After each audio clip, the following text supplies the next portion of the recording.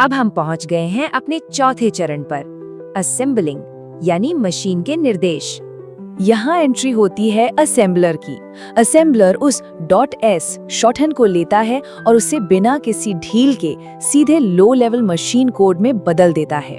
ये कच्चे 1 और 0 की भाषा है और इस प्रक्रिया से एक .o यानी ऑब्जेक्ट फाइल बनकर तैयार होती है। इस नई .o फाइल को देखते ही ये एकदम साफ हो जाता है कि अब इसमें इंसान के पढ़ने लायक कुछ भी नहीं बचा है। सब कुछ अजीबोगरीब अक्षरों और सिंबल्स में बदल चुका है। ये केवल मशीन के हार्डवेयर के लिए बने एनकोडेड निर्देश हैं, जिन्हें सिर्फ और सिर्फ हमारा कंप्यूटर ही समझ सकता है।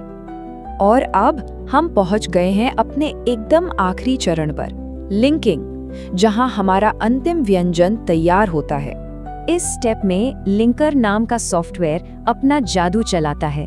ये हमारी मेन डिश को पहले से बनी हुई या स्टोर से खरीदी गई सामग्री के साथ मिला देता है।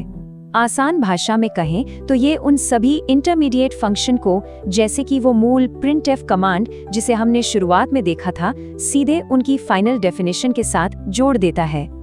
और इस लिंकिंग का नतीजा होती है हमारी फाइनल एग्जीक्यूटेबल फाइल, जिसे हम .exe कहते हैं। ये पूरी तरह से संकलित, असेंबल और लिंक किया गया प्रोग्राम है, जो अब परोसने और मशीन पर दौड़ने के लिए पूरी तरह से तैयार है। हमारी कोडिंग कुकिंग प्रक्रिया यहाँ पूरी हो गई। लेकिन इस सब में सबसे ज्यादा चौंकाने वाली बात क्या है? अलग अलग फाइल प्रकारों का ये शानदार और क्रमिक परिवर्तन .docx से लेकर .exe तक, ये सब पर्दे के पीछे एक सेकंड के एक बहुत ही छोटे से हिस्से में हो जाता है, बिल्कुल पलक झपकते ही। तो जरा सोचिए, अगर एक बहुत ही छोटे से प्रोग्राम के लिए पर्दे के पीछे पलक झपकते ही इतनी सारी जटिल प्रक्रियाएं चल रही हैं, तो रोजमर्रा की जिंदगी में हम जो इतने बड़े बड़े और भारी भरकम एप्लीकेशन इस्तेमाल करते हैं, उनके पीछे क्या गजब का कारखाना चल रहा होगा।